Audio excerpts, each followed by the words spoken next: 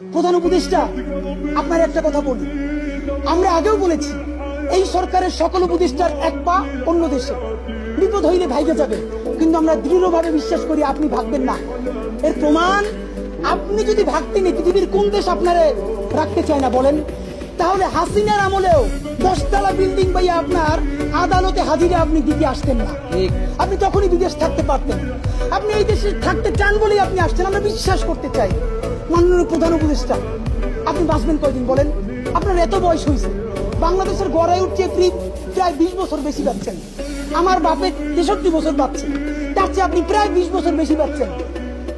মাঝে মধ্যে মৃত্যু বেঁচে থাকার চেয়ে অধিক। মাননীয় প্রধান উপদেষ্টা, আপনি একটা গবেষণা করেন, বাংলাদেশে গত 50 বছরে কোন রাষ্ট্রপ্রধানের 30 মিনিট 40 মিনিটের বক্তৃতা, রিক্সা চালক, ভ্যান চালক, সবজি বিক্রেতা, বিশ্ববিদ্যালয়ের প্রফেসর, ছাত্র জনতা আধা ঘন্টা বসে তার বক্তৃতা শুনে নজির নাই। যেটা আপনারটা হয়েছে, এটা কিন্তু আপনার চেহারা দেখে না।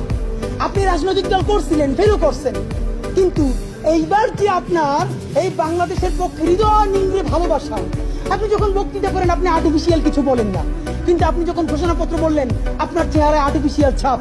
ইদানিং আপনি স্ক্রিপ্ট দেখে দেখে বক্তৃতা করেন, এগুলো আমরা চাই না। মাননীয় প্রধান উপদেষ্টা, আপনার অন্তরে যা আছে, আপনারা যে বাধ্য করে তার কথা বইলে দেন না। আপনারা কি করবে বলেন? আপনি খুন করবেন? আপনি প্রায় 80 বছর বাঁচছেন, আর কয় বছরই বাঁচবেন? আপনি কি খাবেন, কি বাঁচবেন? আপনি বরং যদি আপনার আর্মি মেরে ফেলে, আপনার যদি ভারতীয় আধিপত্যবাদ গুলি করে, আপনাকে যদি হত্যা করা হয়, কিন্তু সেই রক্তের বিনিময়ে যদি আপনি শহীদদের রক্তের বিনিময়ে নতুন বাংলাদেশ গড়ে যেতে পারেন, আগামী 1000 বছর বাংলাদেশের মানুষ নামাজে প্রার্থনায় আপনার জন্য শুধু দোয়া করবে। বুড়ো মানুষটা থেকে শুরু করে শিশু আপনার বক্তৃতা শুনে মাননীয় উপদেষ্টা কতক্ষণ জানেন? যতক্ষণ আপনি চুলাইয়ের জবানে কথা বলেন।